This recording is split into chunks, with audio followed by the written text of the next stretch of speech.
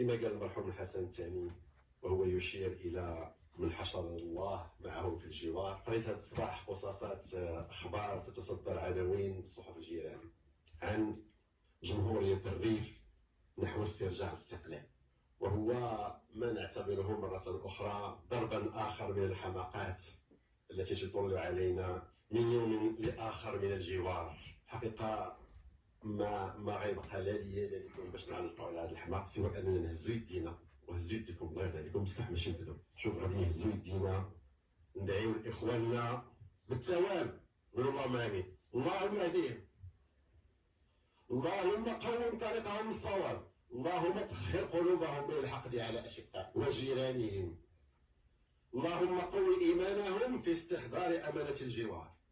قولوا آمين. اللهم يسر أمورهم خدمة للجوار، وارفع العمى عن بصيرتهم يفقه قولهم، وهب لهم حب أشقائهم. قولوا آمين. شكرا.